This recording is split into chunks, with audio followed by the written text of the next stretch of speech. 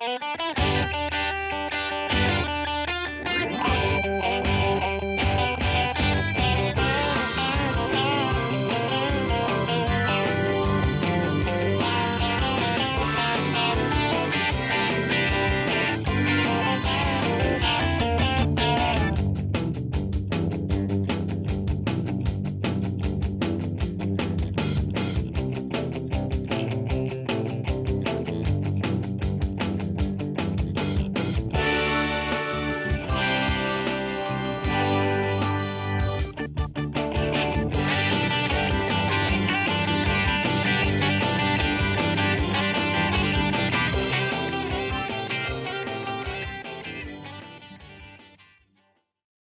morning, everybody. You are tuned to Computers 2K now on the Nissan Communications Network.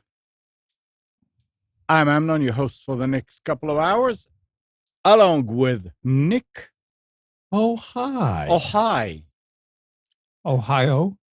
And Spencer's here. There was absolutely no tuning involved. None. None. I didn't tune anything. Okay. So let's be fair. Today's our number is 919-518-9773, Computers 2K Voice on Skype. And today's show is made possible by VMix Software, Telestream's Wirecast software, and is sponsored by Tom Sinclair of Live Streaming Gear. Amnon, do you ever listen to 106.1 anymore? Yeah. For any reason? Wait a second. You mean here? 106.1, the FM station, the talk station. WTKK. Yeah, they keep whatever they're doing to their antenna or to their transmitter. It changes every so often. And like I'll have a radio set up in a way in the house where next day I'll go and I'll turn it on and I can't get the station. Literally, I have to move the radio around. There is a phenomenon known as inversion that could be causing that. Oh, sure. But it just stays that way until I move the radio and then it works. And then it'll happen 3 or 4 months later, something will change. And I'm getting, the weird part about it is I'm getting 2 stations on the same frequency. It's an older radio. So there's got to be, it could be inversion. Duplexing. Or skip. Skip.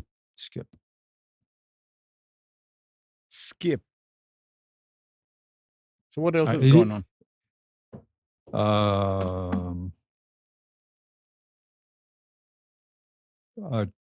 Looks like Gal is trying to come in. Not a busy week from a disaster story perspective. I mean, technology disasters.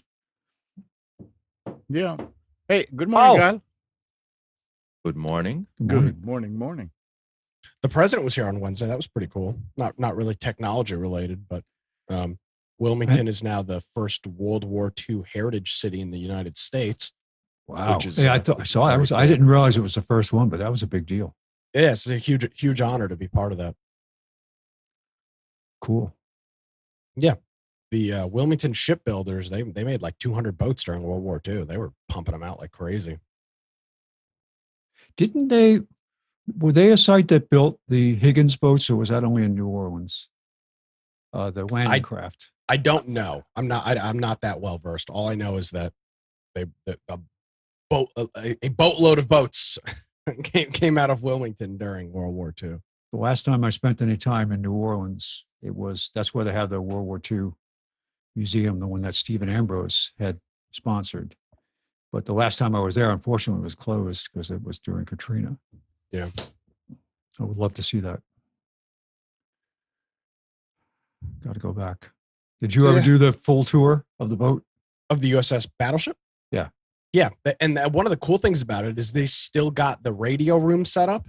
And every year, one of the local ham radio clubs has a field day on it. And they use all of these old antennas that have been up since the 40s. And they do all sorts of contesting with it. It's a very cool day. It was this morning. I never did the hard hat tour, but I took the tour a couple of times. Of the Battleship, yeah. Yeah, the Battleship. It's a very cool boat. Yes, and it was neat because it's an older boat. Yeah. It was after World War I that it was commissioned. But I also took the tour of the Missouri out in Hawaii. in I've never done Pearl that. Harbor, Yeah. and that was I didn't get I was there for the day and did not have didn't schedule the hard hat tour. I wanted the hard hat tour where you actually literally get down and crawl around inside the ship. Yeah. But I did take the comprehensive tour. They had 3 levels of tour. They had the 1 hour, the 3 hour, and then the hard hat. And I did get to take the 3 hour tour, which was fantastic. I mean, just I've been on a couple aircraft carriers too, World War II aircraft carriers, and one of them I went on. It was kind of like they wouldn't let you go anywhere really. Stay away from that. Ropes up. The Intrepid in New York is like that, but Yes, it is. the one down in Corpus Christi, you could go anywhere. It's like it's just really rusted over there. So avoid stepping on those plates because you might fall through them. But otherwise, everything is wide open. It was awesome. So Pretty amazing. So that was my week. So you got to see Trump. Yeah. I was on the tarmac when he landed. Interesting. Yeah. it was how cool. long did he So- stay? Um, You know? Yeah, he was in and out in probably about an hour and a half or so. Yeah. He spoke at the airport for a couple minutes. Then him and his motorcade went over to the battleship.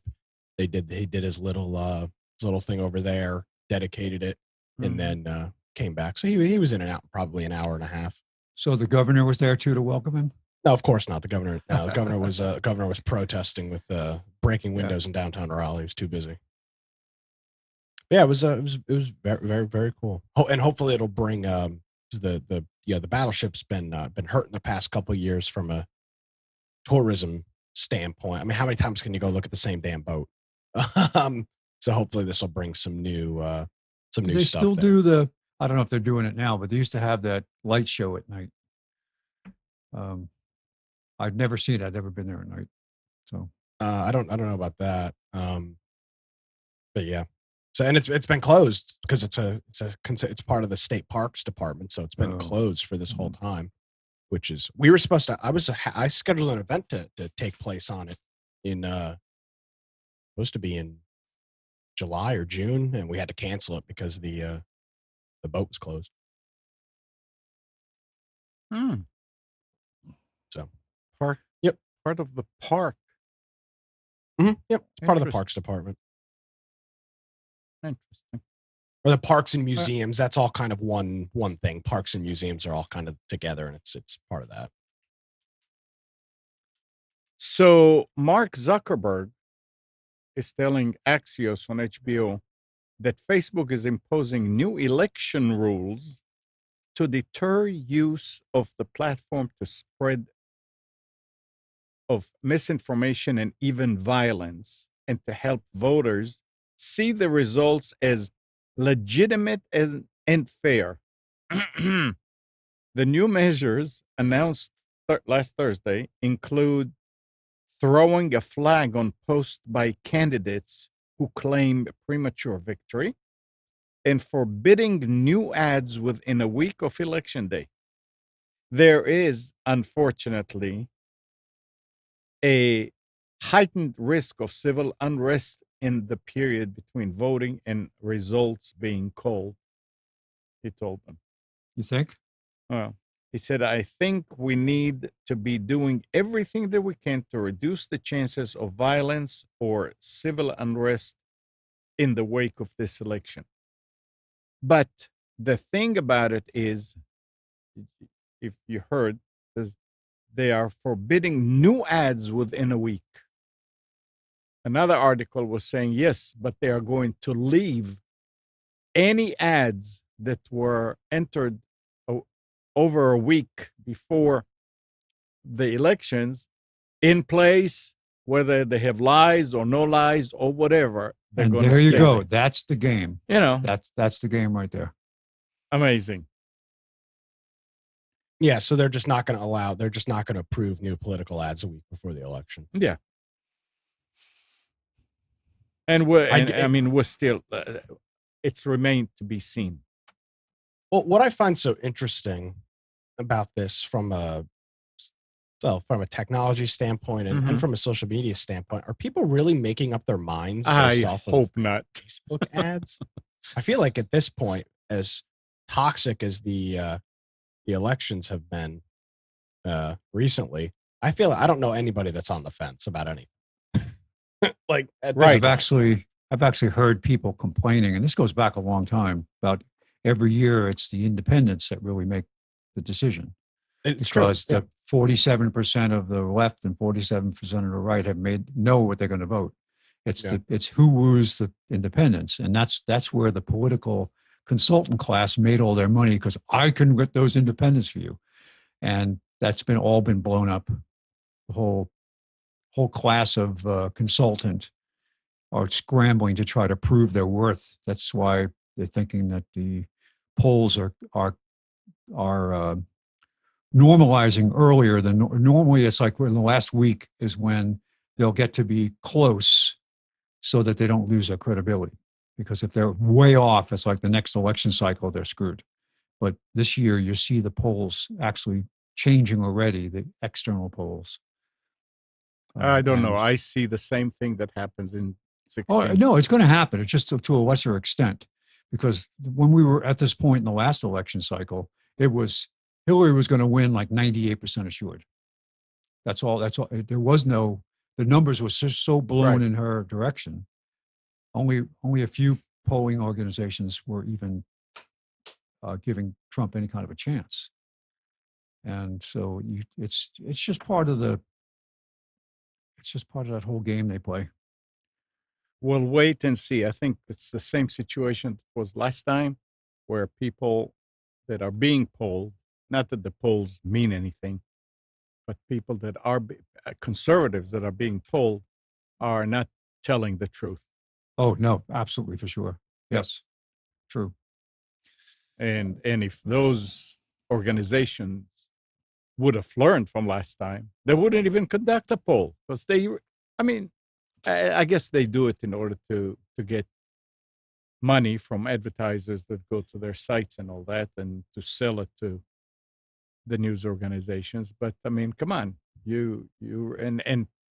and there is more of a reason for conservatives these days to say, yeah, I'm voting for Biden, sure, because the situation is a lot more volatile. Hammock is saying in the chat, why can't I get the show?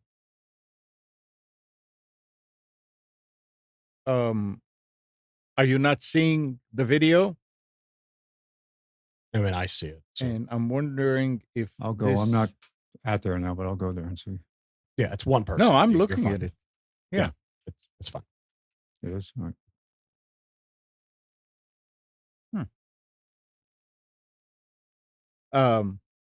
But anyway, yeah, it's a waste of time to even pay attention to these polls, in my opinion. Well, it does drive sentiment, and in some cases, it can be used to discourage people because the polls aren't going the way they expect. Polling has an effect on the election, on the vote, because they'll come out. If you think your candidate's way ahead, you don't vote. Yeah. Because it's not necessary. Or if you think your candidate's way behind, you don't vote because you say, well, that's hopeless. So it's all used as a. Yeah, but that's why you should not pay attention to them. Yeah. I can just imagine. Can you imagine somebody?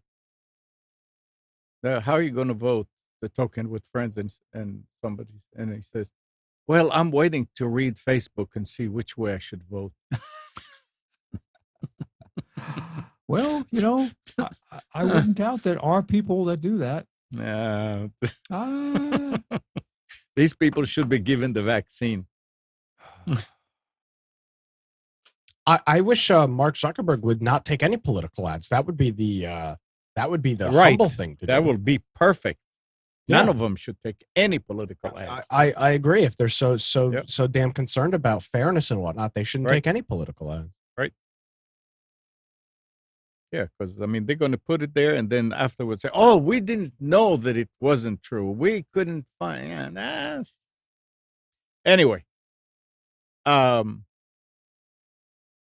Justice Department plans to bring an antitrust case against Google as soon as this month, after Attorney General Barr overruled career lawyers who said they need more time to build a strong case against one of the world's wealthiest, most formidable technology companies. And the New York Times just reported that, citing 5 people briefed on internal department conversation. So again, it's the New York Times, but it may be. We'll wait and see how this goes, but that'll be the first time that something like this since Microsoft, right? I don't remember anybody being have a case of antitrust against a big. IBM giant had an one. antitrust case back in the 70s. Yeah, I'm talking about but And Microsoft was in the AT&T 90s. also. AT&T, the Bell system was broken up. Yeah. So Well, I not- think, it's an interesting conversation. It's a very interesting conversation. I think there's lots of good arguments to make for some sort of breakup. But I thought they broke up, but then so they became Alphabet. Yes, it's the same. Yeah, it but I just mean, added, Alphabet it is just still. added another layer. That's all they Yeah. did was add another layer. It's add more complexity and harder to regulate because now you have more organizations.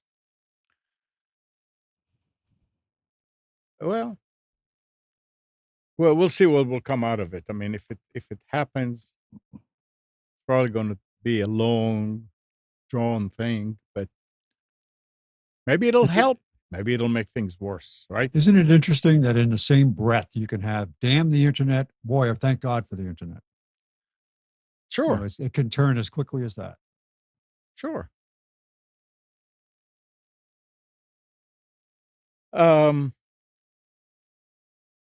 Spence, remember when we were getting all this old stuff that Northdale was throwing away and going into the dumpster and picking up stuff? Oh yeah, it's a reclamation. Yeah. Yeah. So there's a story here about a South Carolina man was sentenced this week to 2 years in federal prison for taking government-owned networking equipment and selling it on eBay. I mean, he did not take stuff that was thrown away, though. The man, Terry Sean Petril, 48, of Myrtle Beach, Oh no! It's my Work- stomping ground. worked as the IT security director for Horry County in South Carolina. Ah, what a bastard! The Department of Justice says in a press release on Tuesday. According to court documents, beginning on June 11, 2015, through August 23, 2018, Petril ordered 41 Cisco 3850 switches that were to be installed on the Horry County network. U.S. authorities says that through the years, when the switches would arrive, Petril would make. Every time I say Petril, I'm thinking about the Flying Nun. Sister Patrol. Yeah. Would take custody of the devices and tell fellow IT staffer that he would handle the installation alone. However, investigators said that Petril did not install the switches on the network and instead sold them to third parties and kept the proceeds for himself. How in the world do you actually Unbelievable. expect to get away with it? I have no idea. That's what's so funny wait, about that story. but- Were you going to make enough money But that you you said could for years. flee the country? But I mean, would you actually think that over time you would make enough money that you could like I don't know. go to a country that has no extradition? It's Yeah, like Gal, we'll what, find out. what did you say, Gal? You said for years. Yeah, for 3 years, 15 through 18. That's why the first time he did it, he got away from it. He got away with it. So he thought, why not Yeah. again? Oh. But I that's one mean- of those deals. You're I mean, you're but look- hypnotized by the money. I mean, look at this. It's not like who knows what. 41 switches. It's Well, let me tell you what. 41 switches. That's all it is in the 3 years. What? Yeah, but to be fair, those catalysts are like Yes, those stuff Right. are like $1,500, $2,000 new. to the government. So yeah. I mean, so he was making some serious cash if he was doing one a month. It's a mortgage payment. That's what it was. Yeah, he had mortgage obligations. That's his Yeah. defense. He says, No, but I mean, seriously. I mean, didn't want that's to put my family out on the street. And It's now like they'll take his home, right? Yeah. Well, I mean, I'm sure. I mean, he's in jail, and they didn't say if he got a fine or something, or he has to pay it back, or I guess the state will come later on and say, "Hey, we want our money back." county will But come, yeah. it's Amnon, do you yeah. remember how there was a major player at Nortel that got caught with a whole network going on of stealing stuff, and the way they caught him was he would take pictures of the equipment in his office and put them on eBay. and put it on eBay. He set the stuff on the floor. And if anybody was familiar with the Nortel buildings in RTP, they had very interesting designs. They were all Herman Miller furniture, and they had special rugs. And every building had different rugs in it. And even offices have different rugs in it. They actually figured out who it was by the pattern of the carpet. Wow. Taking pictures, and they went around and they looked, they knew what was coming out of the specific building. They could tell that somehow, because that's where the stuff was disappearing from. It would be received, and then it would just go off into the warehouse and never see it again. And so they figured it was in that building. So they went to each office, and they finally found, they had a picture from eBay, and they just held it up against each office, and that's how they caught him. Yeah, I remember that. I mean, I had so many boxes of brand new equipment. I mean, back then it was just so it will not get thrown away, and I was giving it, and people were saying, "Why don't you just put it on eBay?" And I said, "There's no way I'm going to be. I No, can't it do wasn't the that. point. It's not. This It's was, not to right." explain what it was, Nortel was going through gigantic downsizing and basically shutting down buildings all over the country. And the Raleigh location was where this stuff would all come in, be shipped in on pallets, and then they would process it and auction it to make money or donate it. Mhm. And I, as the local technical person for the branch office that in North Carolina, I met the person who did this stuff, and I said, "Hey, I have access to the entire field force in the United States. I can redistribute this internally if you want." "Oh, that would be great." So he would give me lists, or I would go to the building, and it would be pallets, and you had to take the whole pallet. You couldn't just take what was in the an individual item. Sometimes I could do that, but it would be like a pallet of 50 switches. And so I would take them, and they would deliver them to the education center where I had my lab. And then from there, I'd tell everybody in my network, "Hey, I got all this stuff. Who wants what?" And I'd ship it out. But there was stuff that was left over. And finally, I had distributed everything that everybody wanted. And so I said to my manager, I said, "Can I donate this?" He goes, "Do whatever you want with it. Give it to organizations, people that'll use it." Yeah. So some of it was, I would say most of it was not the latest stuff. And some of it had, what was the switch Amnon? We had a Most bunch of it them. was not new stuff. I mean, some of it was latest new. stuff. But some of them we didn't realize that some of them were flaky until we turn them on and try it. Yeah. And we find out something. Yeah, I mean, I don't remember going and getting anything off pallets. I remember going. Oh, you came to where I stored the stuff, and we would. So you pull up with the deuce, but I was parking lot of Nortel, and people are like, "What's the military doing here? Why is the army here?" But I remember parking it on the loading dock where there was a huge. I mean, there were a few dumpsters, and just go in the dumpster and pick up stuff. Yes, it was incredible, the stuff that they were throwing away. Yeah, I mean, mean, the guy was thrilled because I was able to give him a spreadsheet every month to say, "Here's the stuff I distributed. Here's the retail value. Here's the internal value." So he could say that his operation was saving the company or recovering. Yeah. And you this much can- money a month. He was very happy. So, Sure. But yeah, I mean, I still have a whole bunch of it in the Connex box outside. What was that giant? Didn't we get some kind of a giant IBM server at one time? that had It's never been still used? here, actually. I can't, still even, I have can't it? even move it. It's like the size of a coffin. It's It was huge. unfreaking believable. Yes. Yep. Yeah. It could take. I forget how many and this was back, so it had to be like mid '90s technology. Yeah. Well, it- I would say, yeah, probably, or even, no, that's right. Yeah. Because so it was a giant IBM server. Yeah. And I think it came with 1 or 2 processor cards, and then it had slots open for 10 or 12 more. So it was a honking machine. Yeah. Yeah. It would have cost a fortune to run it. just in electricity. Yeah, right. Yeah, those were the days.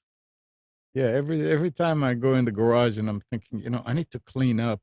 It's covered with stuff, and I say, I know there's the server under there. I need to get rid of it. Spence, you Nick, better what- watch out. The feds are going to come visit you. No, it was Oh, nothing okay. illegal there. No, no. that's what they all say. Yeah, It was nothing uh. illegal. No, everybody knew. My manager knew because I was distributing stuff to his manager. My manager was the manager for the branch office and all the SEs in North Carolina, and he knew all the other managers. And we had meetings. He was the director, and I was the local manager of the branch here, and Gotcha. we all knew each other. And I would go to meetings. I said, "Here's a list of stuff I have. Who wants what?" Yeah. So. No, we put it to good. I gave it to some high schools.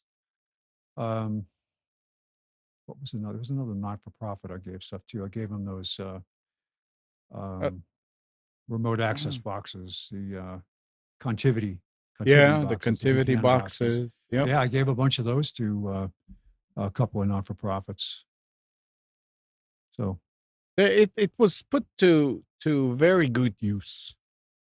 And I used them we built a training class for new engineers, and that's where I got all the gear for the training classes that we had. So it definitely got repurposed.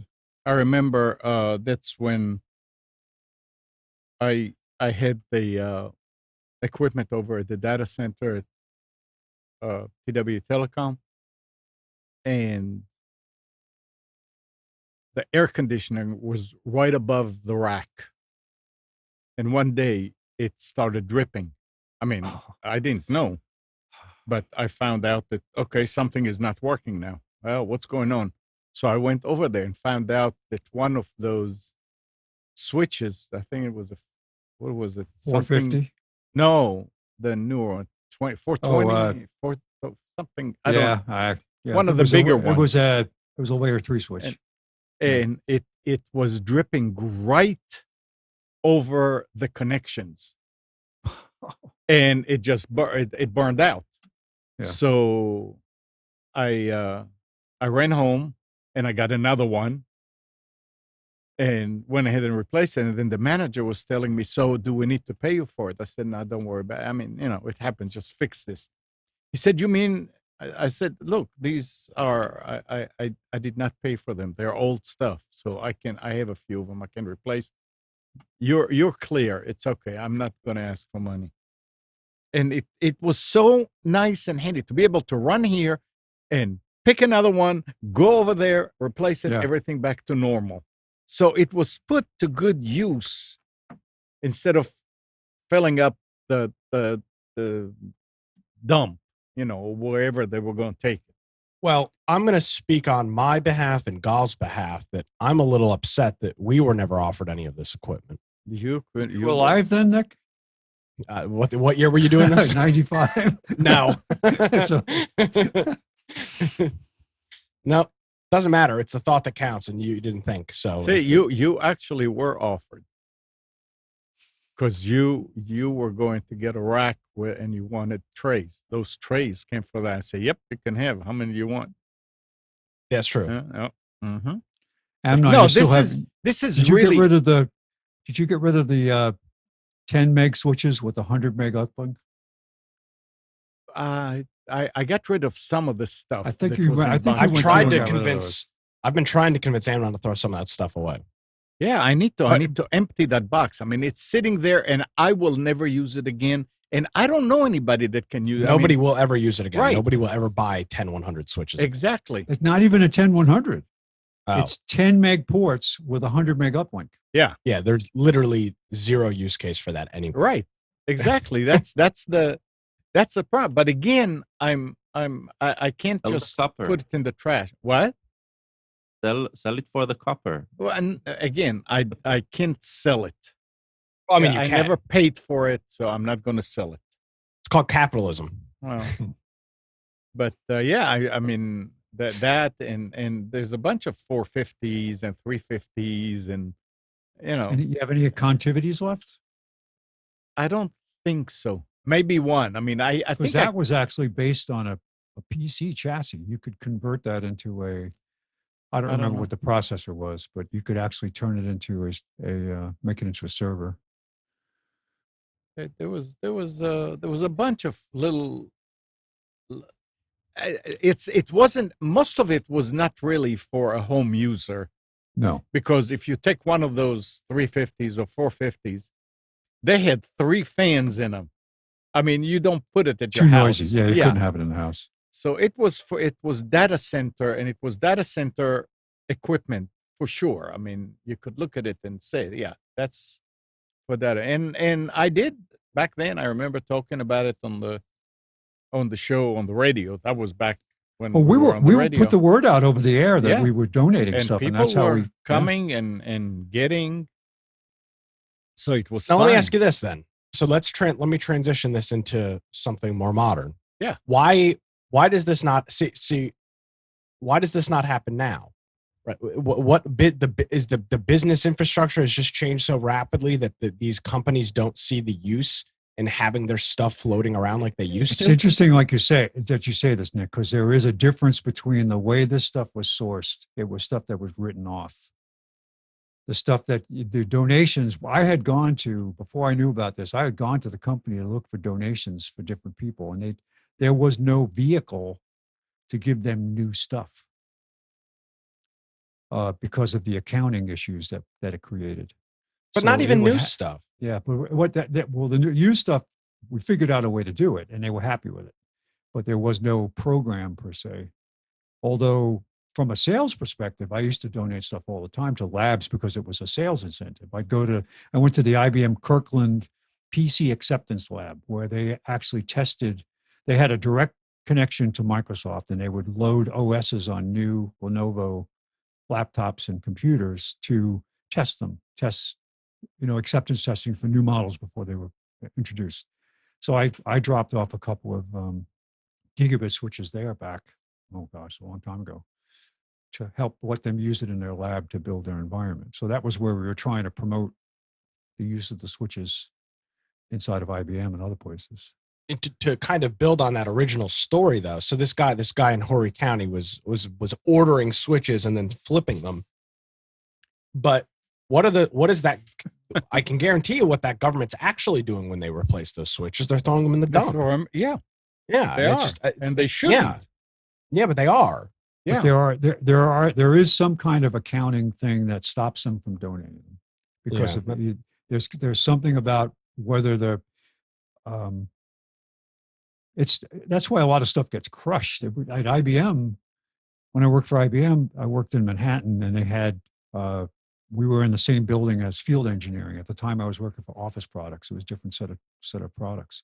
But the field engineering guys, they would take a bunch of oscilloscopes out, and we just happened to be by the elevator, the freight elevator. They're taking a pallet or a cart full of old oscilloscopes, and they were taking them down to the loading dock, and they were smashing them with a sledgehammer Jesus. to get rid of them. Mm. And I'm like, what are you doing?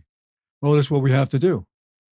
Wow. I mean, it's like, well, we can't take one if you're throwing it away. Goes, nope, we have to account for it. Every one of them has to be certified as being destroyed. Yeah, Because it's an asset. it's pretty unfortunate. So it A lot was a of shame. waste. A lot of good equipment Yeah. got destroyed. I mean, it's amazing the stuff that was in the dumpster. I mean, and Furniture. bent and Furniture. yeah. Just lab furniture. Do you remember Chairs that- and tables. And Do you remember that UPS was like Oh, a yeah. closet. Oh my God. Yeah. That was in the dumpster. It was Yeah. a gigantic, ran on like car battery sized batteries. It was amazing. Unfreaking believable. And back then, I never knew what I'm going to need when and you said, well, here's a UPS. You never thought about that it was 3-phase. Yeah, that's right. That's right. So yeah, that was it was done right. This guy here literally stole, and I would say I spat never in the got any well he was money. drinking from. I got no money from anything. Right. Ever. I would never have done it. Yeah, I was I laughed can in. honestly say that I gave away as I struggled to try to give stuff away Mhm. at times because I'd have all this stuff and finally say, okay, I can't take anymore. Labs would say, I have too many. I don't need anything. But then they'd ask me for something new, and I say, I don't have anything new. Sorry, I don't have anything the latest of anything. Right. It's just the way it worked. So Oh, there was a bunch of stuff new, but it New in wasn't the the box, latest. but- Yeah. what do they call it? New old stock. Yeah, new old stuff. That's Yeah. what it was. Yeah. It was. Mm, mm, mm, mm.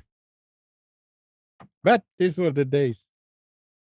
Back in the day when there weren't a lot of home version routers, we were using those connectivity Mhm. boxes where they were basically a router firewall, and you turn off the VPN feature, but it would be, I think it was six ports on the inside and one port on the outside. 10100 Ethernet. You just set it up as your home router, and you have to have remember the Netgear access points, Yeah. the little blue ones. Yeah. Still Yeah. have a couple. You still have them? I still have. Oh gosh. Yeah. Wow. Yeah, they're even pre 802.11 standard. They're Right. not even B 802.11b. Wow. But yeah, it's it. A lot of the stuff was good, put to good, and it helped a lot of people. It Yeah, helped I a gave lot of away people. a lot of wireless access points, the commercial kind, the 802.11b and A. And the cards. The the- PCMCIA cards. Yeah. PCMCIA cards. Yeah. I mean, it's. Yeah. It was really. I mean, when you think about it, the whole picture. Say, why did they waste all this money?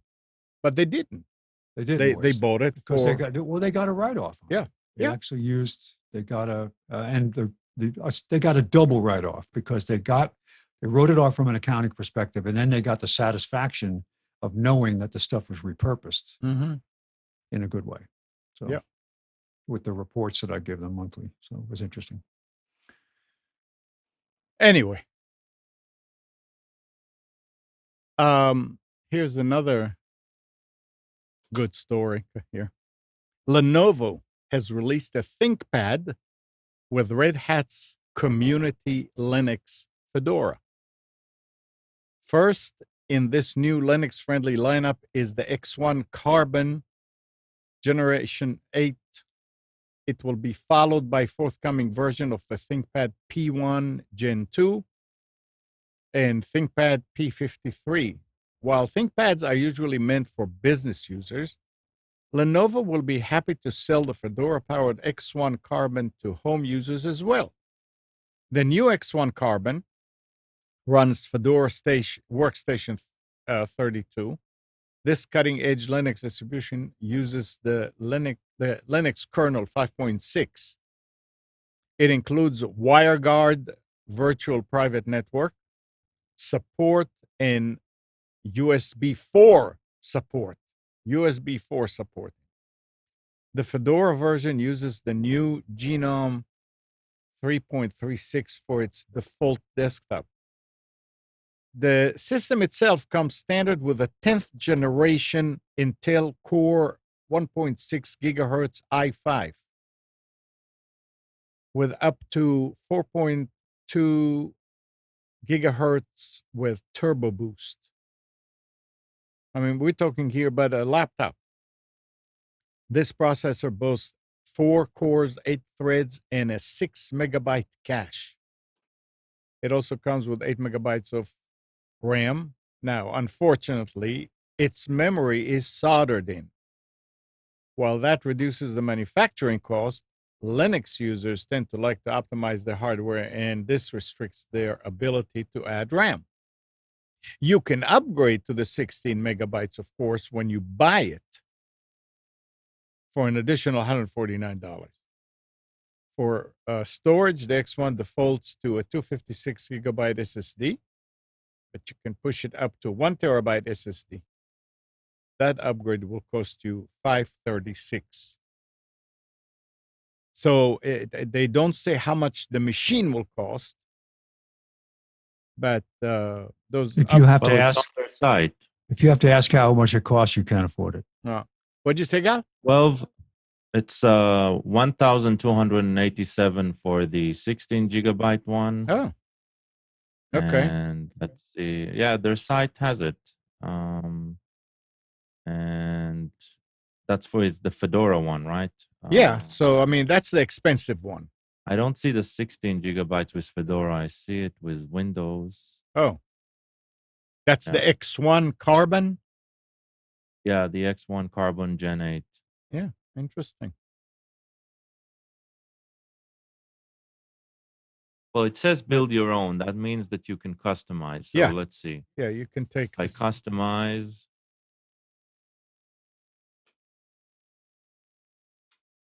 So you can change the CPU. There are 4 versions of CPU that you. But none of it is There's- user. Yeah, 149 is the 16 gigabytes upgrade. So it starts at 1287.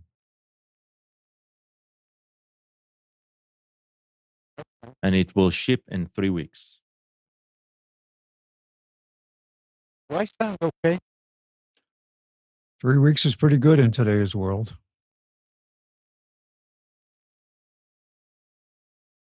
Well, you can go into Costco and buy excellent machines. I don't know.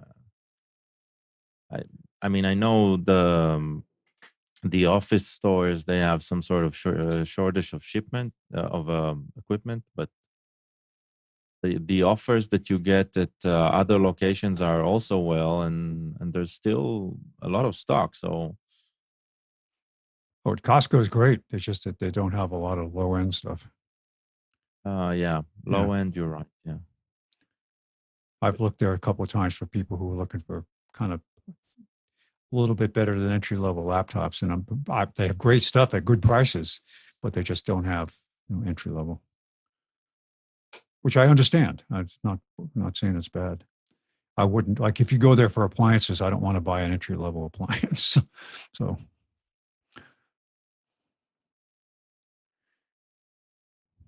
Anyway. Speaking of appliances and technology, we had a brand new microwave that I installed, and the touchpad went bad. Well, it was bad to start with. I just didn't know it because we didn't use the touchpad, except we pressed the 30-second button to add 30 seconds, microwaving. Mhm. And when I tried to do a defrost sequence, the entire positive numbers on like 2, 4, 6, 8 didn't work. Only 1, 3, 5, 7 worked. So you try to set the clock. It was very inconvenient. I just happened to set it when I installed it, and it was like, 9 o'clock. So I put in 900 and it worked, or 913, and I didn't have any problem. So we had to call for service, brand new microwave, and they sent a guy out with a new board, and now everything's fine. Well, that happens as long as they took care And of it. it's probably your fault because you only pressed the 30 buttons all the time, and that That's ruined it. everything else. We only had it like 2 days. I barely used it. I just installed a ceiling fan at somebody's house with a remote, and it has to be replaced. It doesn't work right. It's wonky. Tried everything I could think of. The remote, there's a procedure you do to pair it with the fan when you turn it on for the first time. And I went through that and it just didn't work. So I actually took down again to make sure I had all the connections made and everything was fine. And then I went through it again and held it and held it, held it. It's supposed to happen in like 5 seconds. It took a minute and a half. And it finally, the light flashed to tell you that it paired. And then after that, it was just totally random whether it would work or not. So people are deciding if they want to get a different one or just get them to give them another one like that and replace it. It's a shame. Technology. Yeah. I was chatting with Jason in the chat, and anybody that knows any company that hires Linux system administrators, Linux stud, he calls himself.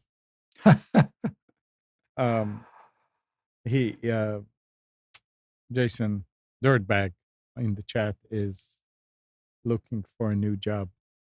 They cut back at the company where he worked, and he was one of the new guys, so he got axed. Yeah. So yeah, if you know anybody, just I don't know, you can send me an email. You can send. Jason, are you gone already? If you're not, I mean, how do you want people to get in touch? Yeah. Let's see. AT&T is once again looking to sell its DirectTV unit. You got any money, Amnon? I think I have enough for that. Yeah. A business that has lost billions of dollars in value since the wireless carrier acquired it in 2015. The sooner it waves goodbye, the better. The question is, who wants it? DirectTV has faded into the background at AT&T, a company now entirely focused on competing in 5G wireless connectivity and online television. I don't know that they are doing any better job with their online television. I hear people complaining about it all the time, but DirectTV. I mean, you know, it's not a small company. It's somebody got to do something good with it for especially for areas that doesn't have good internet, because but that means that it needs to be a smaller outfit. It just means that it needs to be something focused. Yeah. And a company like AT&T isn't interested in that. That's all. Well, I mean, this definitely needs to be focused, and the technology is good, but service, people are complaining. It's not about the technology; it's about the service. And to have DirectTV or to have online television from AT&T, it takes away from your bandwidth. This thing here is, I mean, you know, it's like Marshall bought a $1 million home in the mountains. Unbelievable house. But the only way that he can get internet there is with a dish that this company is beaming it, and he can see on top of another mountain. He lives right literally at the top of a mountain. You can see the tower, but the speeds is only 20 down. 20 down, and I believe 6 up. And that's not too bad, though, considering where he's at. No, it's not. It's not too bad at all. But the thing is that he wants to get a backup. I mean, he spends weeks there, and he's using his office. He's got an office there. If that goes down, then he can't work. So I said, you need to find a backup. You need to get in touch with everybody and find out. None of the wire providers, like AT&T, Spectrum, anybody has any service there. Not even phone? Not even phone. Wow. I mean, cell but phone. They have power. He's got No, power. no, He's got it's a obviously. power. wired phone. I don't know. So the thing. Wait a second. No. That's right. Wait a second. Hold it. That's true. He does have a phone. I don't know that he's using it, but he has a phone line coming in, and he was There's asking me. He always said, dial-up. There's possible Yeah, there's always possible dial-up. possible Dial-up DS, still exists.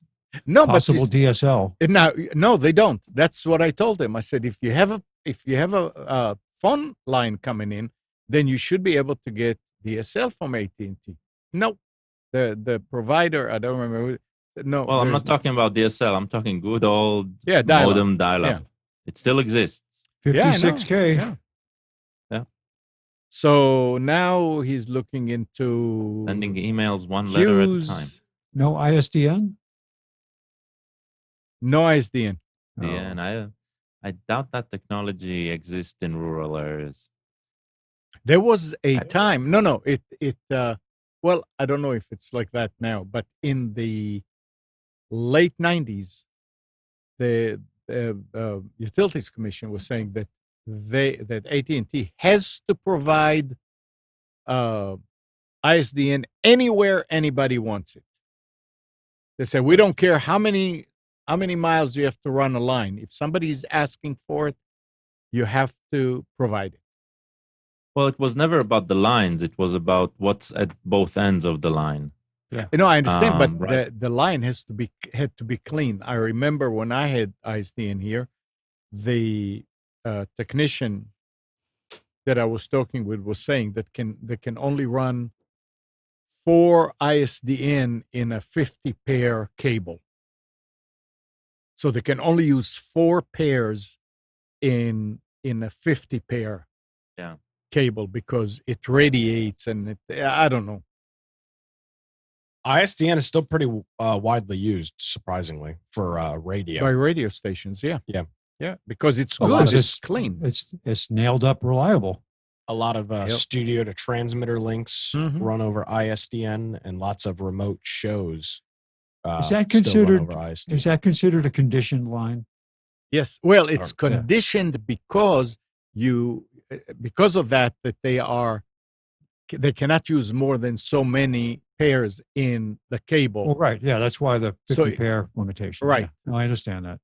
Yeah.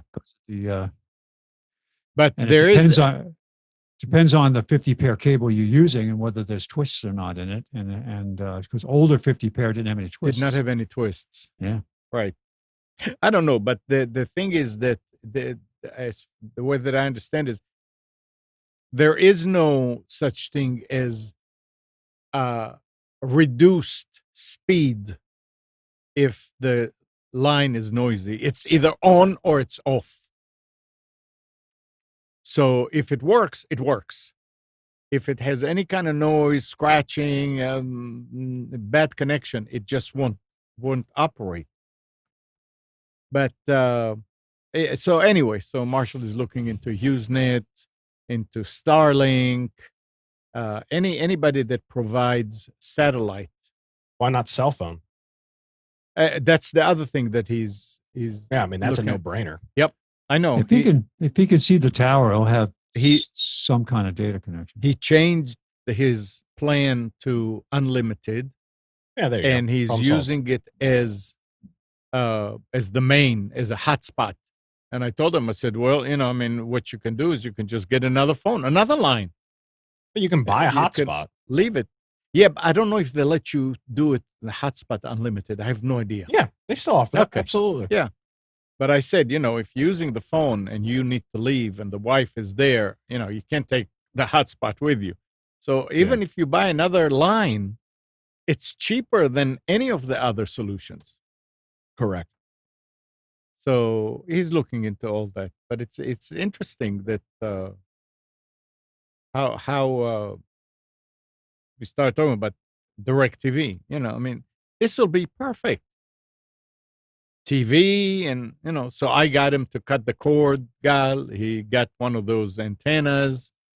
He already had coax distribution box that the guy installed in the house. So somebody came and connected everything, and he's got now antenna. That one antenna goes to multiple TVs, and they all work great.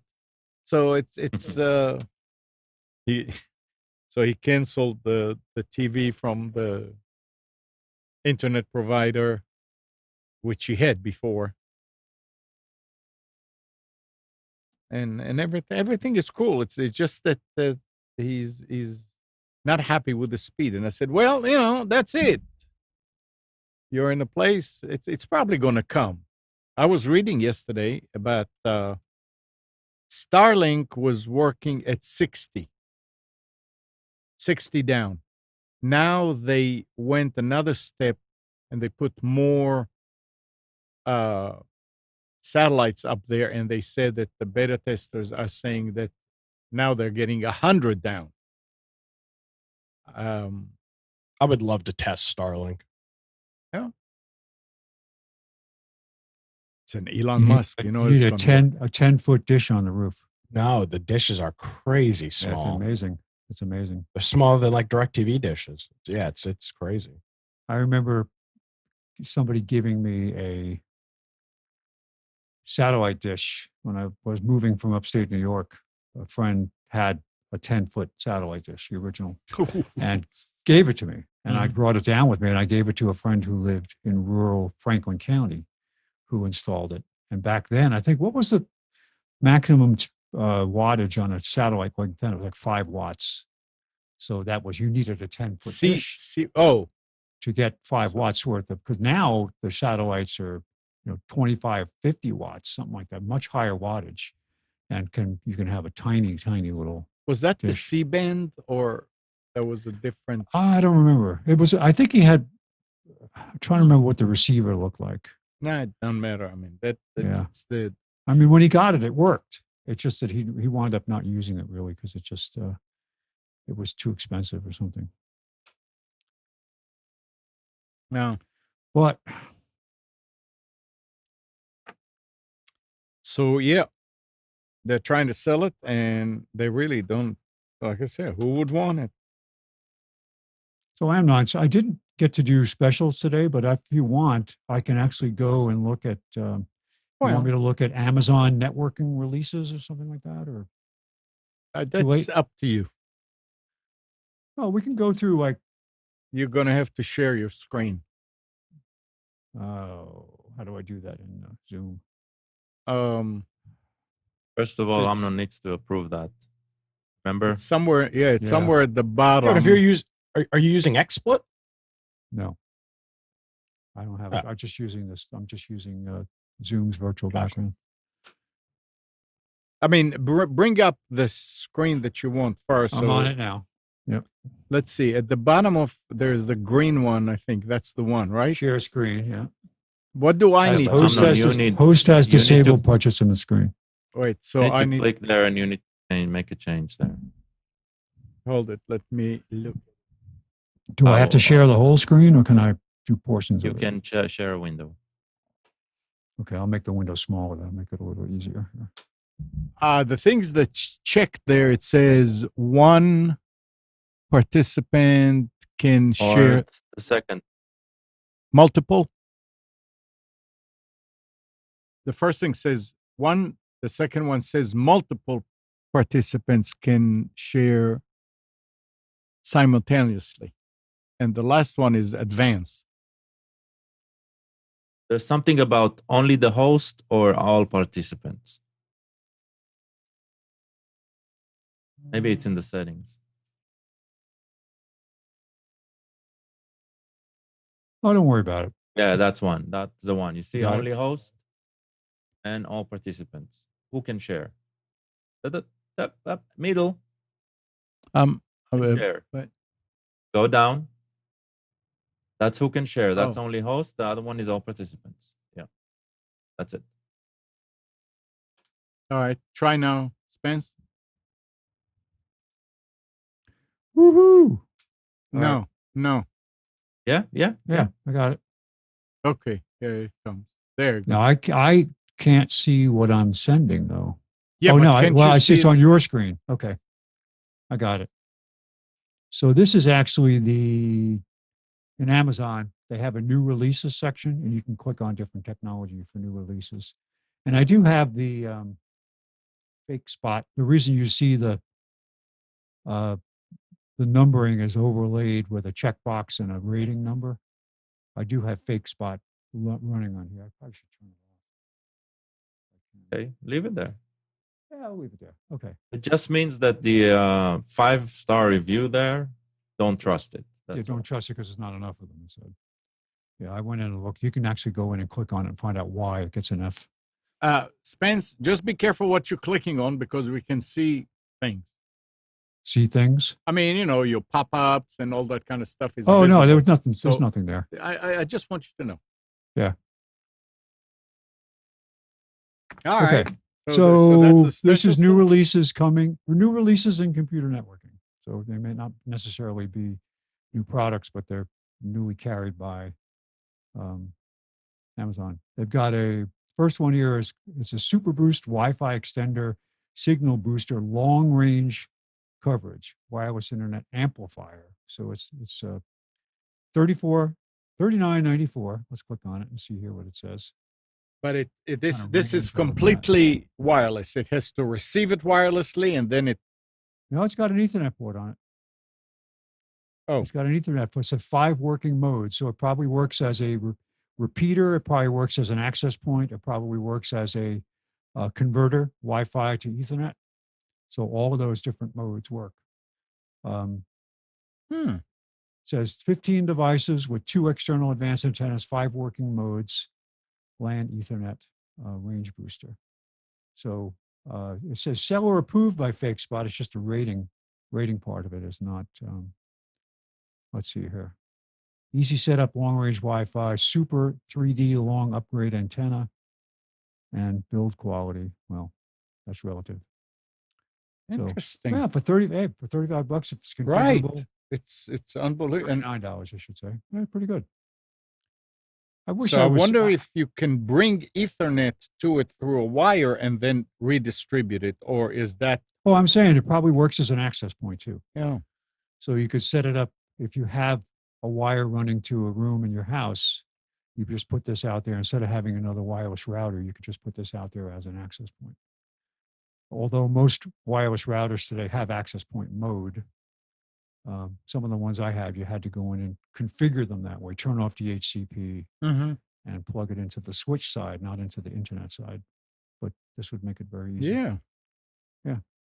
All right. So the second thing we have here is a TP-Link Live Wave 5-port gigabit Ethernet switch desktop Ethernet splitter.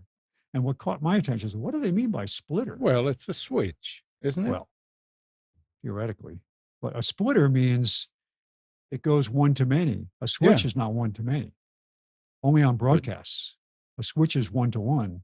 When it says I need this MAC address, and it says MAC address is on port this, those two are the only ones that are communicating. That's the value of the So switch. you think that this will send the same signal to all four? I gotta drill down into this and see what they Interesting. mean by splitter.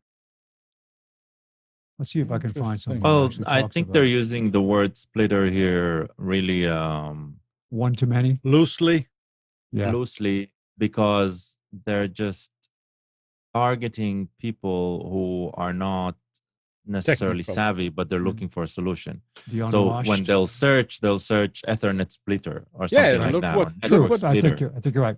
What's nice about it is it's $12.99 for a 5-port gigabit switch. $12.99. Yeah. Not It bad. says ideal for basic networks, Mhm. and it's unmanaged, but it's fanless, which is great. Yeah. So 100 or 100, right? no, it's gig. No, it's a gigabit. Oh, gig? Yeah. Yeah, look Oh, at the yeah. box. It Yeah, says yeah, yeah. 5-port gigabit desktop Yeah. switch. Yeah. $4 off of the regular price, so $12.99. That's a good deal. Now this is not a yes. metal box. I prefer to get the metal box switches just Wow. because of. Well, I used to use Yeah. those exclusively because I would pack them up and take them to trade shows, and the plastic ones just get destroyed. But this for desktop fanless. If you would like to move your desktop environment to Ethernet only, if you have devices that are Ethernet supported, and you are using Wi-Fi today and want to move to Mhm. Ethernet, hey, this is really cheap, and it's a TP-Link. Yeah. It's Yeah. a good device. So Ridiculous price point. I agree. yeah, isn't that something? Yeah. All right, the next thing is the USB 3.0 to Ethernet adapter with 3 ports of USB. So it's a USB hub as well as an RJ45 10100 1000 gigabit adapter. And that is only $16.99. So the Ethernet is So, at the tip of it. Yeah. Yeah. This is the kind of thing if you work on machines for a Yeah. living, or if you do a lot of dabbling, this is the kind of thing you want to have in your kit. Does Just USB 3 pass gigabit, or is it slower? I don't remember. I just don't remember. USB 3, what's the max speed on USB 3? Yeah, that's what I'm. I think it's 400 meg, something like that. 600 meg. I don't remember. It's pretty fast. It's But yeah, faster I than mean, 100, so it's fine. Yeah, I mean, if most networks at home are going to max out, at least if it's an internet feed, it's going to max out in the 300 range anyway. So I think you'll be fine. But I like the idea that it's got the USB 3.0 ports, and it's only what is it, $16.99. Doesn't mention the brand, but pretty good deal. All right, moving on. Now, if you were buying your Wi-Fi router based on the number of antennas, this is the one to buy. 1, 2, 3, 4, 5, 6, 7, 8. No, 1, 2, 3, 4, 5, Seven. 6, 7 antennas. 7 antennas. Mhm. It's the Speedify AC 1200 smart Wi-Fi router, dual it's an- band gigabit wireless router for home and gaming. Yeah, That's it's an what's on AC this one. 2100. It is Yeah, fast. so it's a fast. It does support MIMO, multiple in, multiple out. That's really good technology for areas that have a lot of interference, and also for streaming. MIMO is a really good technology. It's actually a military technology that was adopted for commercial use, where you can make the most of signal strength, and as signal strengths change, highly adaptable to environments that change. It does support IPv6, parental controls, 6 dBi external, so 6 dBi gain antennas. So this is going to be a pretty fast machine here. Mhm. 2100 is not the fastest AC But that's it's out there, fast. but it's fast. It's going to work well. This was what they put in the Linksys version of this in the studio where my daughter works when they upgraded the Spectrum cable, and they have a MIMO, and we put in all new AC laptops, and they all work at the same time, streaming multiple Zoom sessions, and we haven't had any failures. It's been working great. So the Wi-Fi it's in a shopping center, so there's other Wi-Fi all around it. Unrelated, when you look there at the top, the fake spot review, and this is a new seller alert. This is something new. Oh, you mean the way what Fake Spot looks at? I mean, the whole thing. I don't ever Yeah. remember seeing fake spot reviews analysis, and this Yeah. is a new. That's interesting. This is the only machine I actually have Fake Spot loaded on the browser. Oh, okay. So that's I don't have it on any of an my other add-on. machines. Okay, Yeah, it's an add-on. Yeah, Okay. you have to. It's a plugin. I thought it was part of. So, but it's definitely useful. So yeah, that's a good price for. I mean, $80. Yeah. For that functionality, sure. Yeah, you just have to make sure that the family doesn't have any phobias, but spiders. Oh, you can just get the remote control spider and break them of their. You make them so used to the remote control spider crawling around. Yeah. All right, so that was the networking products. So any other device servers? Wonder what that is. What do we have here? Oh my gosh. Ethernet serial device server, 1-port RS-232 DB9 serial to Ethernet TCP/IP device server connector. Not something that the average person is going to use. Yeah. Okay, forget about that. Anything else here? Network transceivers, network attack, NAS. Let's look at that. What we got here? Oh, too expensive, too expensive, too expensive, too expensive, too expensive. I'm very happy. I took an old Western Digital wireless router, early, I think it's an N, but it had USB support. It's USB 2, to be fair. And I hooked it up to my new 8 gig not SanDisk, Seagate USB drive. And that is now my connection that I use for my over the network backup, because my Western Digital MyCloud drive croaked. And I believe it was the hard drive that went bad. And I decided it just wasn't worth it trying to reimage and start from scratch, because the operating, although I love the app that you use, I'm using Aomi now as my backup, or Acronis. That's great. I have no problems. It does everything I want it to do. I actually have both running on 3 different machines. I have an Acronis backup and an Aomi backup. One does an image and the other does a file backup. So it's working. All right. So these NASs are quite expensive. Although the Synology 2-bay NAS desk station. Yeah, these are high end. High end, yes. Yes, they are.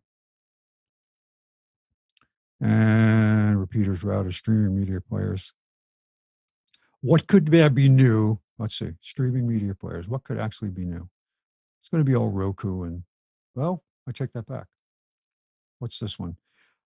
New 2020 genuine Informix 4K mag, a 600 megabit built-in, dual Wi-Fi, 5G. Probably an Android player. It's. Why are there 2 boxes? They're showing the front and the back. That's all. Oh, okay. That's the one I use. No, it doesn't have the red thing on top. No. So this is just a. Is this an Android box? So I'm trying to find out here. STB not supported. More product details. Let's see what it says here. Down.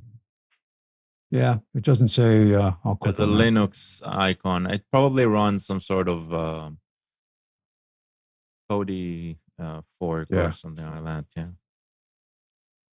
Doesn't say Android. The real problem with cheap 4K HD whatever boxes is if you're planning on using something like Netflix, for example, then you can only use certified boxes that have the DRM chips properly installed, because otherwise you're limited to 480p streaming only. Oh, right. So you go and buy something. It says HD. It says 4K. But if you are planning on playing things other than stuff that you have locally on some hard drive, that won't work, right? So you'll get only 480 interesting. Streaming. Interesting. Yeah. Oh. Anyway. Well, I think I would probably depend on something like a Roku box. Yeah. Anyway, just use this for the out there stuff. Right. Yeah. I mean, if you're planning on sideloading some sort of application, then your best bet would be a Fire TV, right? Because it's basically Android, and so finding stuff that's designed for an Android and running on TV, that would be easier. It just requires a few steps to, just choose a few switches and that's it. But that's only if you're planning on doing both, right? Doing legit streaming content like Amazon Prime and Netflix and Hulu and now Disney and all that. Not legit streaming content, but stream legit content. I mean, from legit organizations, yeah. from services that you are going to pay dues to get content from. Right. So when if that's what you're looking for, then always buy a brand name that is recognized by whoever is providing the streaming content. Yeah, it makes sense. So I think Amazon needs to either change their algorithm or hire somebody new to populate these pages, because I started to drill down. I got interested in TV accessories, so I went for that. And then I went I forget what I clicked on next. And then it said speaker repair. I said, what could they possibly have for speaker repair? So I click on that. And what is it? It's dust plugs for USB and phone jack plugs. I'm like, what? So Well, Yeah. that's interesting. Huh? prevention, repair by prevention. That's it. But for speakers, isn't that weird? All right. So let's click on turntable cartridges and needles. They actually have them. Yeah, Look at this. Wow. Dang. I do have an eye on turntable. Amnon, I think we found a new format. Spence discovers Amazon. That's it. We can just go and we can. It's a proving ground. Let's see. Well, we can rate. We can actually provide our own ratings now. Digits now. these No, pages. sure, huh? New releases in DJ turntable cartridges. Wow. Look at Oh, that. DJ turntable cartridges. And if you're interested, if you need a new slip mat for your DJ console, you can buy a new slip mat here. Wow, that's incredible. For the purists who don't do, this is for actual LPs. Huh. Damn. Racks and stands. Oh well. Yeah. Okay, so A let's friend go of back. mine Anyway. lately bought a record player. Now he's struggling finding vinyl with good content and good prices. Oh yeah, yeah. Yep. Okay, so All right. I know what I clicked on. I clicked on VCR rewinders, and I thought, well, let's see what that takes me to. And it took me to literally mini phone plug splitters.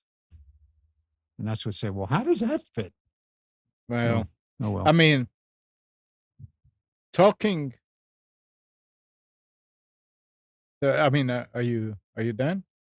Yeah, I think so. So you stop sharing. I will stop sharing. So I. All right, gonna if I leave can that. find where that is here. You are sharing, stop share. There we go. Yeah. So talking about a bad website. Last week, I decided, okay, I'm going to put gutters on the two roofs that I just added on those shades. Yes, yeah. Shades.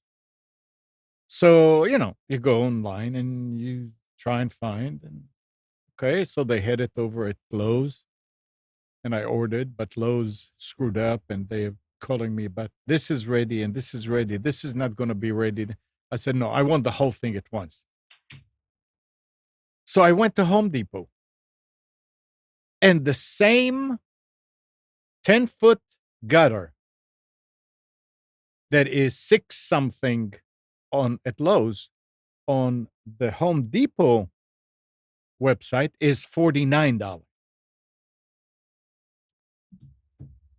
And the same downspout that is also like 8 something at Lowe's is also 30 some 20. I don't remember. I mean, ridiculous.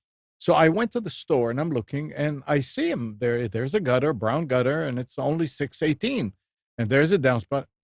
So but I didn't go prepared to carry out. So I just went home and I called. And I said, something is wrong with your website. She says, why? I could tell you that their search feature is horrible. It's horrible, very horrible. But I was telling her about the gutter. And I said, I was just at the store and I saw it for 6 something. Why is it $49 on the web? And she said, give me the number, the model number. So I did. She said, that's not the same one that's in the store. I said, okay, why can't I find the one? Because I put gutters and I went through all of them. There was nothing below $40-some. And she gave me the number. I plugged it in. Sure enough, it came up 618. I said, okay, so there's something wrong. I mean, this is exactly what I was buying over there at Lowe's. That was. Hold on. How did she find it? She went to the to the aisle and she saw the number and she plugged it in into their computer. I called the store to say, hey, what's going on? Yeah. So I ordered that, but I had the same situation with the downspout. So I call in, and it is ridiculous. Things that they have at the store, plenty of, says on the website, not available for pickup at Carrie store. I mean, come on, guys. You know what's weird, Amnon? I saw this he's the new CEO in that he's the last guy that was hired. I think he's been there year and a half, 2 years, but they hired the former CEO of Home Depot to come over to Lowe's. Yeah. And one of his missions was to straighten out their web presence. Oh, we've made such strides. He was talking, it was like on Fox Business or something like that. Mm. And I watched the whole interview because I was interested. They were talking about supporting people in the pandemic and we have this, we have that.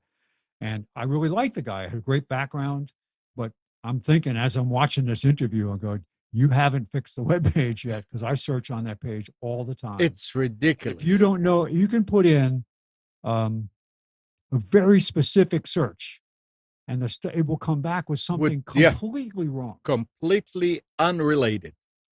Yeah. If you have the model item number, that's the way to search. If you know, but if you're just looking for things, right? Like I'm going to be looking for a walk-in shower base. Yeah. Customer. If I type in walk-in, I'll do it now. And things are coming up ridiculous. I mean, at least the prices on Lowe's are correct. The prices on Home Depot are way off. For lumber, for anything that I was looking lately, it's ridiculous. And then, I mean, it's right next door, so I'll go there. No. You're not showing this, and this is exactly what I was looking for. Why don't you have that on your website?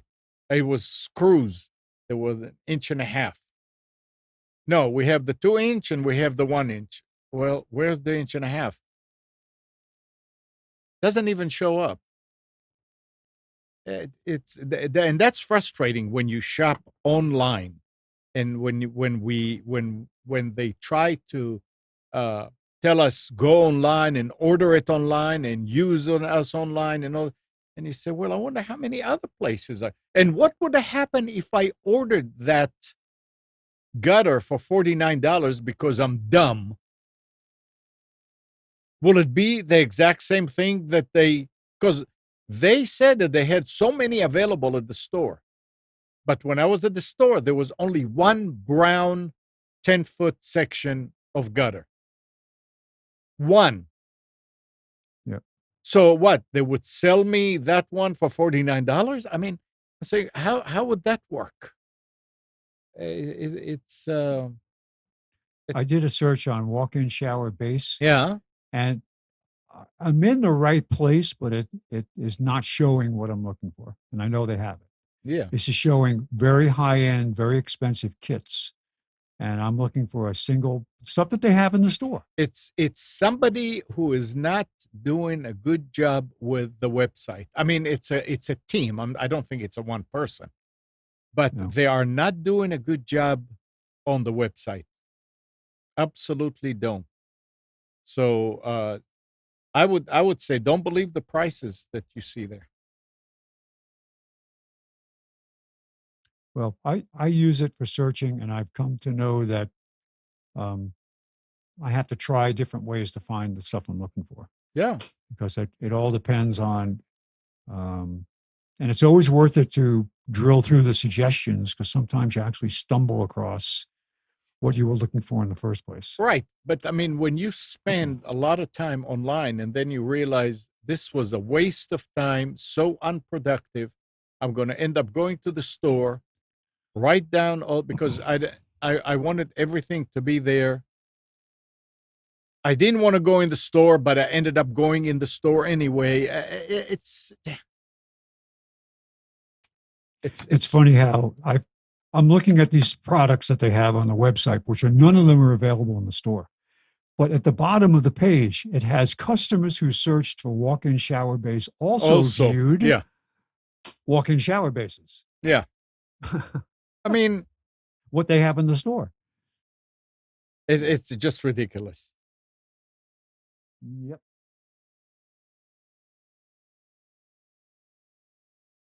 Well, that may be. I mean, Alan says suppose that a lot of regional and local stores use a system for inventory that is completely incompatible with the national online inventory. But the thing is, Alan, that when you go to the store, you say which store you want to shop. from. Yep. And they know, I mean, it'll tell you this is not, we don't have any at the Carey store. Try another store. And you click on another store and you go to the Garner store, and sure enough, yeah, we have 200. And I'll tell you what aisle and what bin it's in. Yeah. Oh, yeah, they'll tell you where it's at. I've gone where they say that, and I wind up having that. They're not there. And I have to get the guy. He says, shows we have 200. Yeah. And they finally figure out it's on some high shelf somewhere in the store, and they bring it down for you. They will try. But yeah, it's frustrating. And it's not the people that work there by any means. No, it's not. The people that are probably just as frustrated. It's the people in the office and the wherever they do the website. Anyway, let's Walmart last week officially unveiled its new membership service and Amazon Prime rival, which it's calling Walmart Plus. So they finally did it. $98 per year will combine free, unlimited, same-day delivery on groceries and thousands of other items with additional benefits like fuel discounts and access to new Scan and Go service, similar to Walmart-owned Sam's Club, that will allow members to check out at Walmart stores without having to wait in line. So I guess you go and you get your gas at a Sam's Club. The service will be available starting on September 15th nationwide. So they're not starting it in just one market. They go all the way, reaching over 4,700 Walmart stores, including 2,700 stores that offer delivery. Members can choose to pay the $98 per year after a 15-day free trial, or they can pay $12.95 a month, $12.95 on a month-to-month basis. At launch, the new program promises more than 160,000 items for same-day delivery, with no per delivery fee on orders totaling $35 or more. And that's where I'm losing them. I mean, if I pay the $95 a year and I'm ordering something it's $10, that means you're not going to deliver it free. This is the same value proposition that Walmart's existing Delivery Unlimited program offers today. I don't know what Delivery Unlimited. With the launch of Walmart Plus, Delivery Unlimited members will be moved to the rebranded and expanded service. So they're finally doing it. I mean, when did we first saw that stuff? Probably about 2 years ago. They were talking about being competitive to Amazon. And they have. But I'm not gonna get my music and video streaming from them. I thought they did have something. Didn't I think they have, buy? but they didn't mention anything in the news release. Oh. So that's interesting. They have a lot of stuff in the store, and they could potentially deliver it the same day.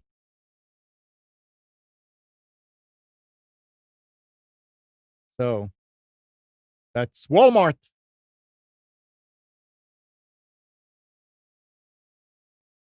What else?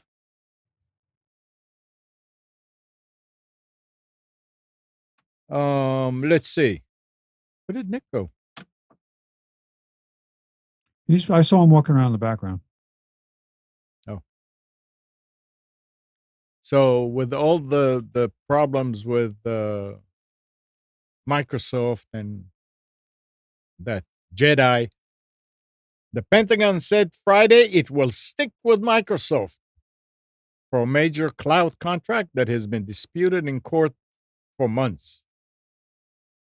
The JEDI deal has become one of the most hotly contested contracts for the Department of Defense. The contract is intended to modernize the Pentagon colossal IT infrastructure and could be valued up to $10 billion for services rendered over as many as 10 years. And Wasn't by the there a time controversy with, I think it was Google, where a bunch it was of Google Amazon, employees, Amazon, Amazon and employees, yeah. So is that going to stop? Microsoft is going to guarantee that their employees will be dedicated and I have no idea. I mean, all they not, say is not try to sabotage. I don't know. Crazy. Yep. Yep.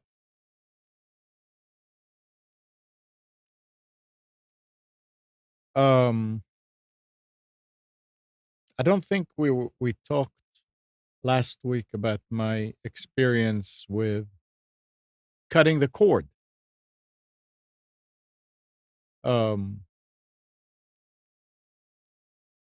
Did I mention that I went from that big server that was generated a lot Oh of yeah, heat? you wanted to get rid of that Right. power hungry. So we did. Gal, I got the what do you call it? The Pi, the Raspberry Pi, and before we even tried it, I mean, I built it into an old small desktop case that I emptied and made it all nice and neat. And Gal took it and installed the stuff on it, brought it back a week later, put it on. Everything is working. But in the next 2 days or so, Kathy kept on complaining that it is buffering a lot. It just keeps on buffering. So didn't know what. I thought it was something to do with the internet, but it wasn't. And one time when I logged into the interface and looked at top, I saw that it is laboring big time, using all 4 CPUs almost to the fullest. So called Gal and he started looking, and it only happens when you are watching off the air content through the HD home run. Gal very quickly found out that, contrary to what he thought, is the HD home run Quattro, the one with the 4 tuners, does not do transcoding, right, Gal? Yeah, I thought you bought the version that does transcoding, but that was So that there was nothing we can do about that. We try to find the one that does transcoding, but it was announced and it's not out there yet. And they had one that did transcoding. It's no longer produced. It's out of stock, and they have a new one, but that's just announced. Right. There's nothing available. So went back to the old server and everything is fine. So the Raspberry Pi is nice if and you can use Plex on it and everything if you don't use off the air. Because the minute I switched to a video from Plex or whatever, I mean the load went down dramatically, like below 100, while watching off the air, it was like in the 300s and almost to the top of the 300%. 400 will be completely 4 CPUs laboring as fast as they can. And so that's it. And next, we'll try and just use a simple i7, older i7, to see how that works. And Gal is saying, yep, it'll work even better than that dual Xeon as far as speed. But it's very interesting, and it's the whole experience. I mean, at this point, cutting the cord was important to kind of ease in because of the wife. It's how do you control it, and how you control that, and how you control that. And by the way, Nick, I had to reset the remote, the Roku remote, because it stopped controlling the sound altogether. It would turn the TV on and off. When Nick was here last week, he programmed it and it was working nice. But for some reason, the next morning you try to turn on the sound and it doesn't even come on. Interesting. So it's fine. It's okay. But at this point, Kathy is used to it. She knows what she has and what she doesn't have. She doesn't miss any of the stuff that she thought she would want. It's like, okay, it's in the past. We don't worry about it anymore.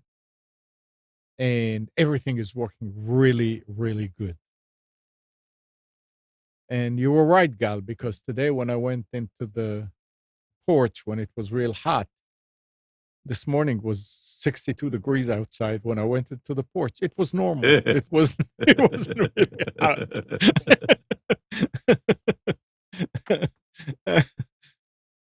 But yeah, it's a great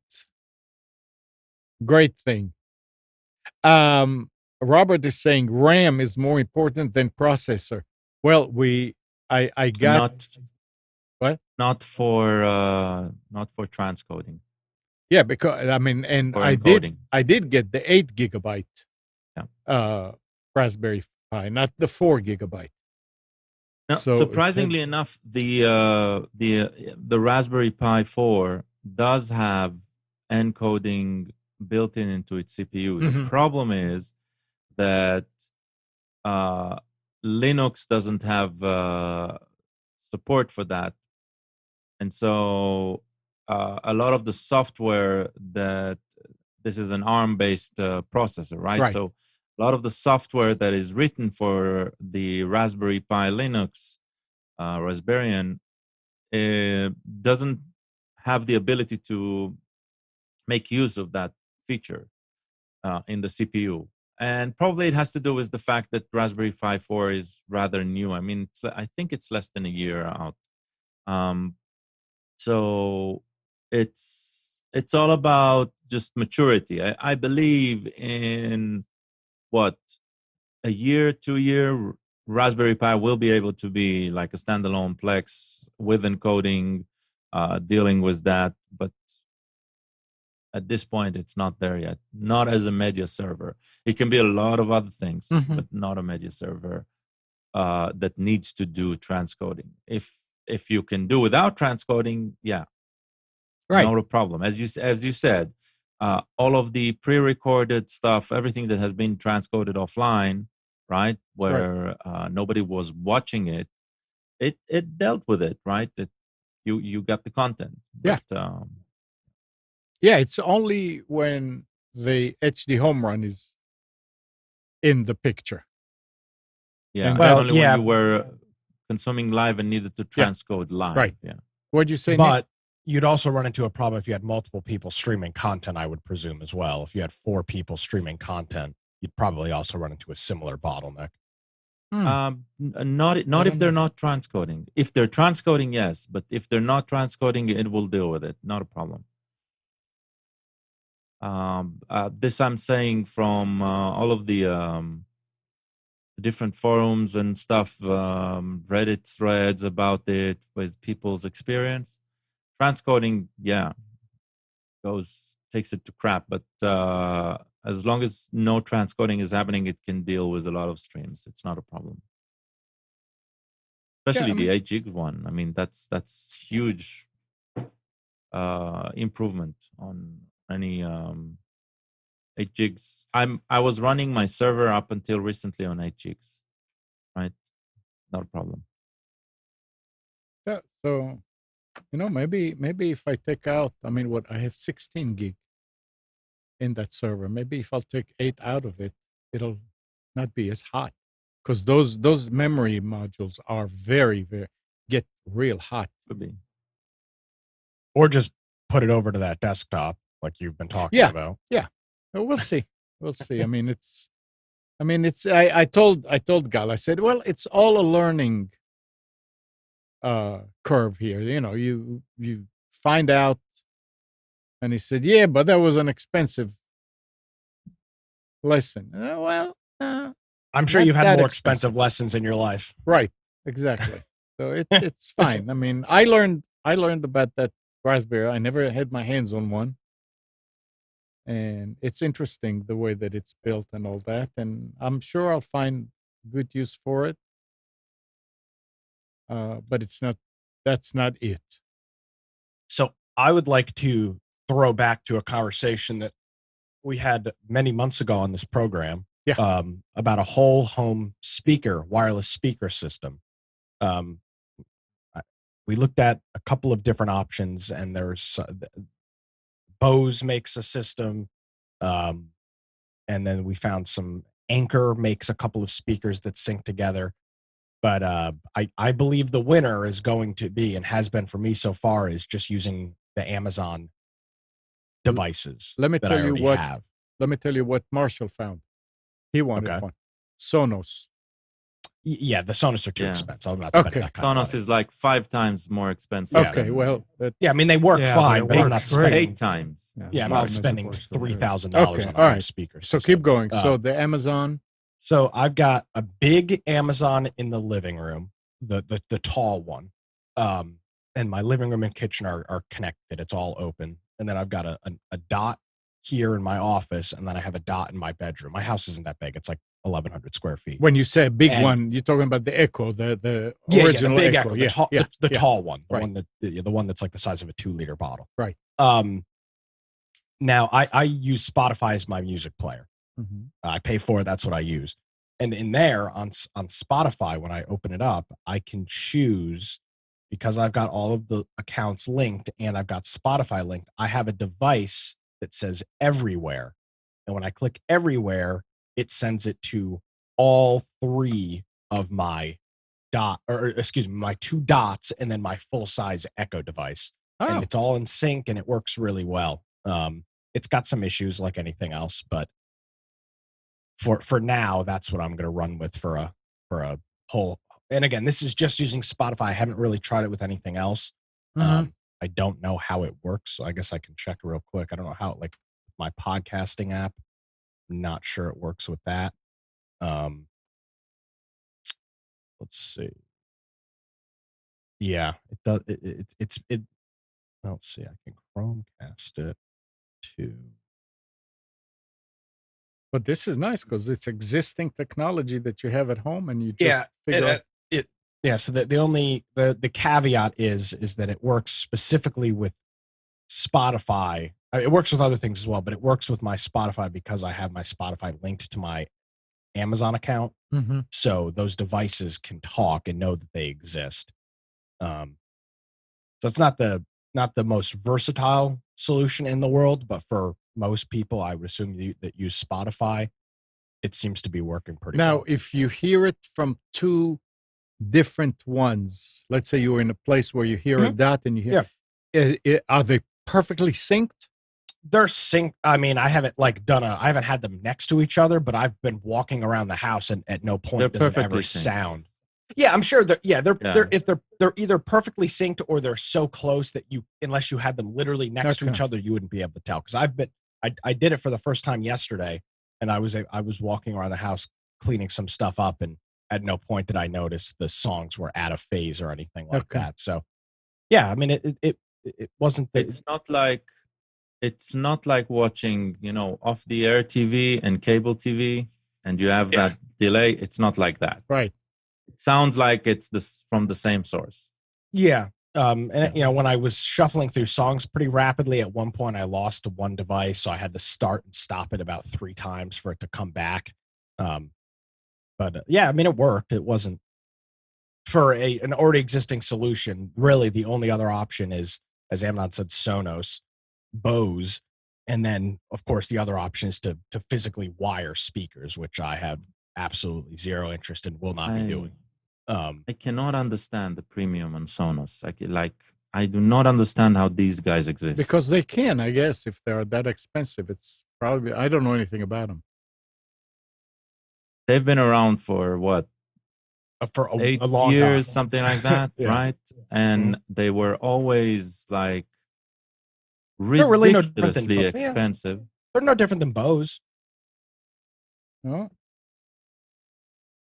And they're providing this they've got this ecosystem of devices that just connect. Are they work more really, really well. expensive? Are they more expensive than Bose also? Yes. Well, Wow. Well, it depends. Depends on what you're buying. Yeah. Like their I believe their unit is called like the Sonos what is it called? The One, I think is what it's called. Sonos One. It's like $250 for the unit. And it's not much bigger than an Echo device. I mean, it's not like you're buying some huge home theater system. Mhm. The speakers are just really expensive. Now, the one thing that they do have well is they've got a hub device that if you have so let's say you have a house that's already pre-wired with a stereo system, inlaid speakers that are wired. They have a device that you can interface with your already existing AV system, and you get a lot of that Sonos functionality, like the whole room music and all that stuff. There's a lot of interface things you can do with that. So, Okay. but they're just expensive. They're Wow. for me. For me, it wouldn't make sense. Yeah, no, I mean, if it's that kind of price and all. Well, Yeah. here's the thing: if it was that kind of price and I was using it 7 days a week, it would probably be worth justifying. But for the little bit that I'm going to be actually doing this, it just doesn't make sense to invest in something like the Sonos. Okay, well, it makes sense. Yeah. It makes sense. So. Besides the fact that you shouldn't spend too much money on technology like this, because it keeps on changing, and by the time you spend it, there's something better that came out, and you want it, and They've gotten under a lot of heat as of late for end of lifing some of their devices that are not that old, and that has really pissed a lot of people off because they're so damn expensive, right? It's not like it's a $50 device. You spent $200 or $300 on a device, and then it gets, or multiple devices in that case, and then they still work, of course, but they aren't getting new features, and they're end of life, so they don't have support. Yeah, I've used a Sonos system once, and it was cool, but I don't know what they spent on it, but I can't imagine it was inexpensive. I don't know. It's what infuriates me about Sonos is their hardware, right? That you pay $500 on, you can buy it for $100, and so they're practically a software solution. They are very similar to Apple. Baked into their hardware, right? Mm-hmm. And so paying a 500% markup for something that consumer-wise I can get for, a fifth of the price. And yes, I'll need to have some technical knowledge. If it was twice as expensive than other stuff, maybe. It's like 5 times more expensive than what they are giving you. And so it seems like, I don't know, it's like a middle finger to the consumer, and somehow a lot of consumers love them, and I don't get it. yeah, that's I'm sorry. because It's we like can. And I mean, I like my audio quality, and I like sound. I notice sound not being good from Imperfections. low end imperfections from low end speakers and all of that. But there is a limit, right? That should be.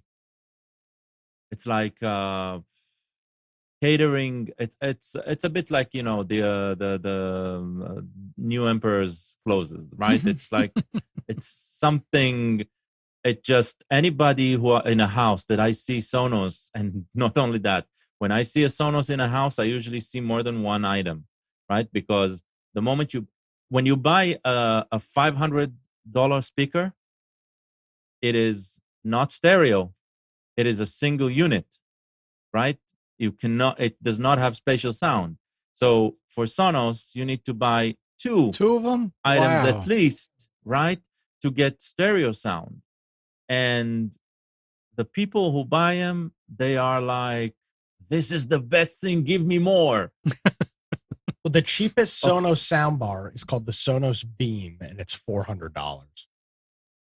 Yeah, those are all rather new. Those are less than 3 years old line that they came out with. Their original one was just one bass, and I think they had a separate. They had the hub and they had a subwoofer, right? Just a subwoofer was something like $200 or $300. Yeah, their 5.1 system, which is the soundbar, two of those little one speakers, and the subwoofer is $1,500 on Amazon. And this is for single room. Never mind. Talk about what you're going to do, which is more important now. Oh, I mean, So nothing to do. yeah. I've got a couple of those Amazon devices. Yeah. I've got a couple of those Amazon devices. You can get a few more dots. Yeah, I mean, I don't need. I've got my house pretty well covered. The one in the living room fills that whole area. The one here in the office, and then the one in the bedroom. It's fine. So I'll do some more playing around with that. Perfect. Yep. All right, it's that time of day. Anything else we need to mention here? No, nothing. That's it. All right. Well, thanks, Nick. Thank you. Thanks, Gal. Thanks, Spence. You're welcome. And good morning, Kathy, Hannah, Nabil, Mac, Norm, Katie and Dina, Arlet and Micha. Arlet said, mention Micha. Thanks everybody for tuning to Computers 2K Now. We hope you enjoyed and maybe learned something from our time together. Remember to practice safe computing. Back up your hard drive, update your virus scanner. We'll be back here next Sunday, but you can always reach us for any kind of advice at computers2know.com. Again, tonight at 7, this evening at 7, Nick hosts Against the Norm at www.atnshow.com. And if you're in Wilmington, or if you just, you can listen to it on 106.7 FM, or you can also tell Alexa, you can tell her to tune in 106.7 Big Talker, or something like that. I think I did the other day. Tune in 106.7 Big Talker, and it'll play it. Did you try it? Did you ever try it, Nick? You can just say play WFBT and it'll. Oh, okay. So play WFBT. Can do that. All right, everybody. See you next week.